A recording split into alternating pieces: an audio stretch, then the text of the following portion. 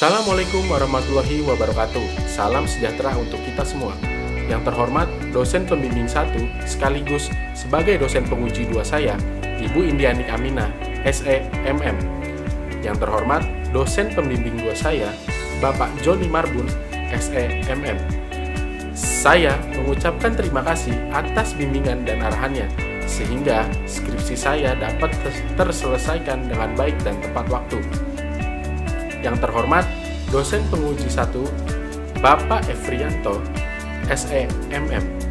Perkenalkan, saya Alvin Faris Alifansyah, kelas MK 8A, Program Studi Manajemen Keuangan, jurusan Akuntansi, Politeknik Negeri Jakarta, tahun angkatan 2017, dengan NIM 4417070018. Pada kesempatan kali ini, saya akan memaparkan hasil penelitian saya yang berjudul Pengaruh Non-Performing Loan, Current Ratio, dan Loan to Funding Ratio terhadap Return on Asset perusahaan perbankan yang masuk dalam Indeks Infobank 15 tahun 2015 hingga tahun 2019. Latar belakang. Persaingan di dunia bisnis saat ini memberikan dampak yang sangat besar bagi perusahaan untuk dapat bersaing. Persaingan antar perusahaan terjadi secara terbuka namun ketat. Mengingat fakta bahwa perusahaan asing telah masuk di negara ini, persaingan yang ada harus dimungkinkan dengan menunjukkan kinerja perusahaan yang baik di mata publik. Kinerja perusahaan juga dapat menentukan pencapaian keberhasilan atau kemerosotan yang dialami oleh perusahaan. Fungsi dari pengukuran kinerja ini adalah sebuah perangkat bagi para eksekutif perusahaan dalam mengambil sebuah keputusan untuk memperlihatkan kepada investor dan klien secara keseluruhan bahwa kinerja perusahaan memiliki kredibilitas yang baik. Jika perusahaan memiliki kredibilitas yang baik, maka perusahaan akan mendorong para investor untuk menanamkan modalnya. Perbankan kini telah menjadi sektor yang vital dalam kehidupan bermasyarakat. Dalam kegiatannya yang dilakukan, bank dikenal sebagai lembaga keuangan yang kegiatan utamanya adalah menerima simpanan giro, menerima tabungan, dan deposito.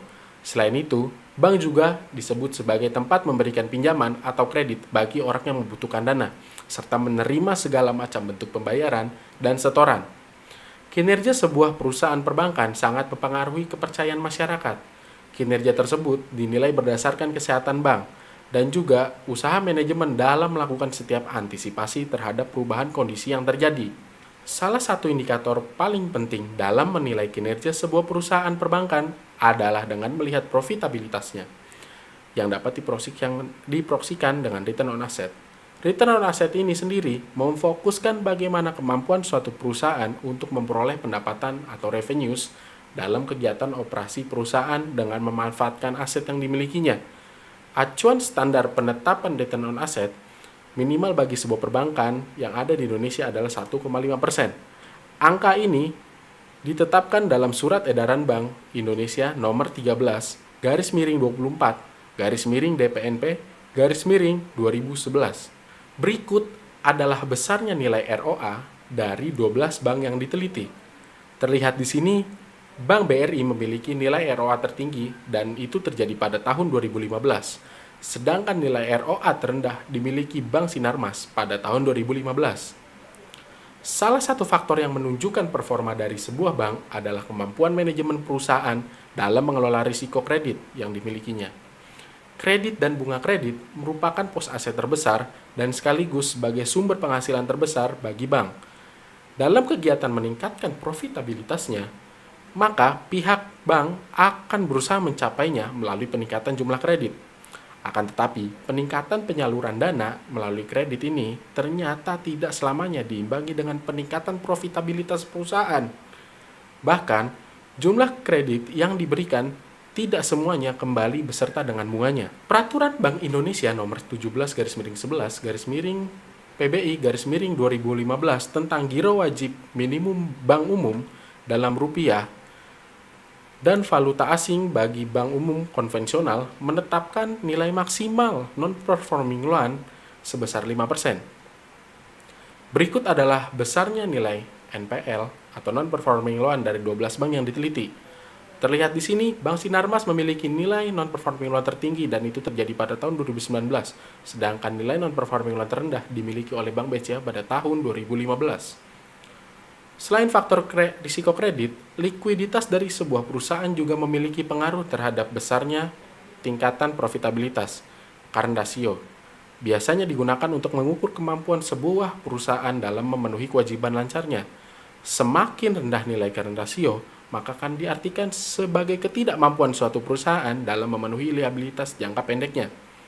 Sehingga hal ini dapat memengaruhi tingkat profitabilitas sebuah perusahaan, di mana perusahaan yang tidak mampu memenuhi liabilitas jangka pendeknya akan dikenakan beban tambahan atas ketidakmampuannya. Berikut adalah besarnya nilai current ratio dari 12 bank yang diteliti. Terlihat di sini, Bank BTPN memiliki nilai current ratio terbesar dan itu terjadi pada tahun 2019.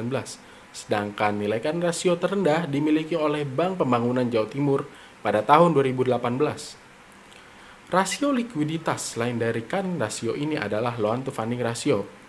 Loan to funding ratio ini hanya dimiliki oleh perbankan saja, karena nilai ini diartikan sebagai besarnya jumlah kredit yang diberikan dibandingkan dengan jumlah dana dari pihak ketiga yang diperolehnya. Berikut adalah besarnya nilai loan to funding ratio dari 12 bank yang diteliti. Terlihat di sini, Bank BTPN memiliki nilai loan to funding ratio tertinggi dan itu terjadi pada tahun 2019, sedangkan nilai loan to funding ratio terendah terdapat pada Bank Pembangunan Jawa Timur pada tahun 2019. Berikut ini ada penelitian terdahulu. Yang pertama, penelitian yang dilakukan oleh Slamet Fajari dan Susanto pada tahun 2017.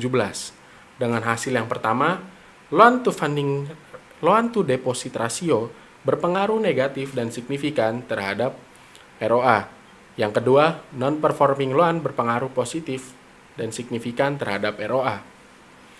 Penelitian yang kedua dilakukan oleh Mahardika dan Marbun pada tahun 2017 dengan hasil bahwa current ratio berpengaruh positif dan signifikan terhadap ROA. Penelitian yang ketiga dilakukan oleh Ambarawati dan Abundanti pada tahun 2018 dengan hasil yang pertama, non-performing loan berpengaruh negatif dan signifikan terhadap ROA. Yang kedua, loan to deposit ratio berpengaruh positif dan signifikan terhadap ROA. Penelitian yang keempat dilakukan oleh Sansalia pada tahun 2015 dengan hasil current ratio tidak berpengaruh terhadap ROA. Penelitian yang kelima dilakukan oleh Meliasari, Daniel dan Ulum pada tahun 2012 dengan hasil bahwa non-performing loan tidak berpengaruh terhadap ROA. Penelitian yang keenam dilakukan oleh Gladys, Bambang, Ellen, dan Susilawati pada tahun 2020 dengan hasil yang pertama, non-performing loan tidak berpengaruh terhadap ROA. Yang kedua, loan to deposit ratio berpengaruh negatif dan signifikan terhadap ROA. Adapun tujuan dari penelitian ini. Tujuan dilakukannya penelitian ini adalah yang pertama, untuk menganalisis pengaruh non-performing loan terhadap ROA. Yang kedua, untuk menganalisis pengaruh current ratio terhadap ROA. Yang ketiga, untuk menganalisis pengaruh loan to funding ratio terhadap ROA. Dan yang terakhir, untuk menganalisis apakah non-performing loan, current ratio, dan loan to funding ratio berpengaruh secara simultan terhadap ROA. Kerangka pemikiran non-performing loan sebagai variabel X1, current ratio sebagai variabel X2, loan to funding ratio sebagai variabel X3, dan return on asset sebagai variabel Y. Pembangunan hipotesis pertama adalah H1, yaitu non-performing loan berpengaruh negatif dan signifikan terhadap ROA. Pembangunan hipotesis kedua adalah H2, yaitu current ratio berpengaruh positif dan signifikan terhadap ROA.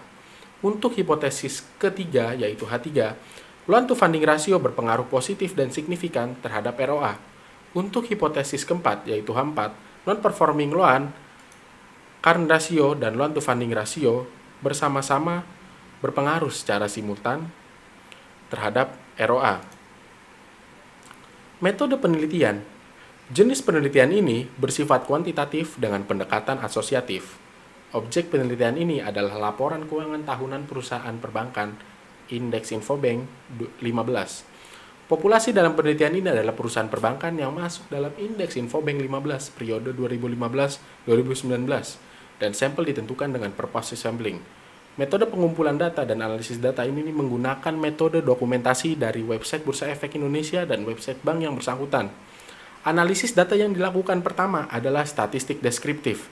Selanjutnya masuk ke uji asumsi klasik, lalu baru dilakukan analisis regresi linier berganda. Hasil penelitian. Yang pertama adalah statistik deskriptif. Nilai MEAN atau rata-rata dari non-performing loan adalah sebesar 1,13%. Current ratio sebesar 113,92%, loan to funding ratio sebesar 91,36%, dan return on asset sebesar 2,35%. Nilai maksimum yang diperoleh dari non-performing loan adalah sebesar 4,33%, current ratio sebesar 132,96%, loan to funding ratio sebesar 163,1%, dan return on asset sebesar 4,19%. Nilai minimum yang diperoleh dari non-performing loan adalah sebesar 0,2%, sedangkan current ratio sebesar 99,69%, loan to funding ratio sebesar 63,34%, dan return on asset sebesar 0,05%. Pada uji multikolinearitas tidak terdapat nilai koefisien lebih dari 0,8 antar variabel independen. Ini mengartikan bahwa data penelitian tidak terdapat multikolinearitas. Pada uji heteroskedastisitas tidak terdapat nilai probabilitas kurang dari alfa 5%. Ini mengartikan bahwa data penelitian tidak terdapat heteroskedastisitas. Pada uji normalitas data, nilai probabilitas dari Jarque-Bera lebih dari alfa 5%. Ini mengartikan bahwa data penelitian tidak terdapat normalitas. Untuk menentukan hasil, sebelumnya dilakukan uji pemilihan model terbaik dari model CHAM saat diuji dengan uji Lagrange multiplier. Ini menghasilkan kurang dari alfa 5%. Ini tolakan 0, maka model terpilih adalah model RAM. Dari model FEM, saat diuji dengan uji Chow test, menghasilkan probabilitas kurang dari alfa 5%. Ini tolakan 0. Maka model terpilih adalah FEM. Dari model RAM, saat diuji dengan uji Hausman, menghasilkan probabilitas lebih dari alfa 5%. Ini mengartikan terima 0. Maka model yang terpilih adalah RAM. Pada pemilihan model terbaik, model random effect atau RAM yang terpilih, berikut adalah hasil model RAM. Pada model RAM, tidak terdapat masalah pada nilai Durbin-Watson, yaitu sebesar 1,9088. Ini mengartikan bahwa data penelitian tidak terjadi autokorelasi. Pada dasarnya, ketika model RAM yang terpilih, maka tidak perlu lagi dilakukannya uji asumsi klasik, karena diasumsikan data tersebut yang diteliti adalah BLUE, atau Best Linear Unbiased Estimator, menurut Hadiah, Begawati, dan Yusra pada tahun 2017. Masuk ke dalam uji hipotesis. Uji T atau uji signifikansi, individual atau parsial, melihat dari nilai probabilitas dari variabel independen. Non-performing loan memiliki nilai probabilitas kurang dari alfa 5% dan nilai tes statik sebesar minus 3,983. NPL berpengaruh negatif dan signifikan terhadap ROA, maka hipotesis pertama diterima. Current ratio memiliki nilai probabilitas lebih dari alfa 5% dan nilai tes statik sebesar 1,72. Current ratio tidak berpengaruh karena nilai signifikansi lebih dari alfa 5%, maka hipotesis kedua ditolak. Loan to funding ratio memiliki nilai probabilitas kurang dari alfa 5% dan tes statik sebesar minus 2,207. Loan to funding ratio berpengaruh negatif dan signifikan terhadap ROA, maka hipotesis ketiga ditolak. Uji F atau uji simultan melihat dari nilai probabilitas F statik. Nilai probabilitas F statik kurang dari alfa 5% dan nilai F statik itu sendiri sebesar 6,73. Ini artinya minimal terdapat satu variabel yang berpengaruh terhadap ROA, maka hipotesis keempat diterima. Interpretasi koefisien determinasi atau R-square. memiliki nilai sebesar 0,265 atau 26,5%. Artinya bahwa keragaman variabel independen dalam mempengaruhi variabel dependennya adalah sebesar 26,5%. Dan sisanya yaitu sebesar 73,5% dipengaruhi oleh variabel di luar model. Implementasi hasil daripada penelitian ini adalah bahwa hasil penelitian ini menyatakan non-performing loan dan loan to funding ratio berpengaruh negatif dan signifikan terhadap ROA.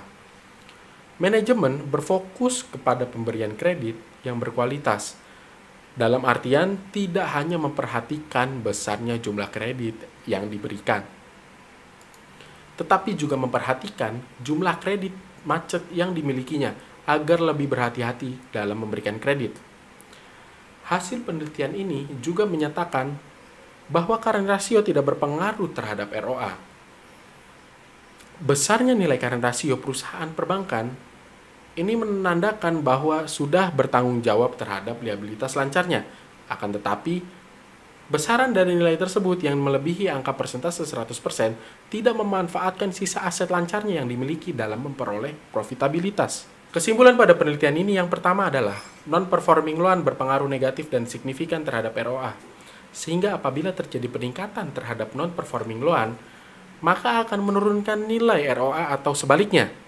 Yang kedua adalah current ratio tidak berpengaruh terhadap ROA, sehingga apabila current ratio meningkat, maka tidak akan menyebabkan perubahan yang signifikan terhadap ROA.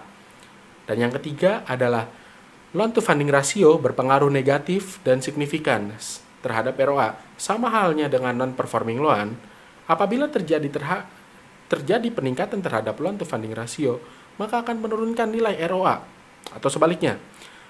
Yang keempat adalah non-performing loan, current ratio, dan loan to funding ratio memiliki pengaruh secara simultan terhadap return on asset atau ROA. Kita masuk ke sesi saran.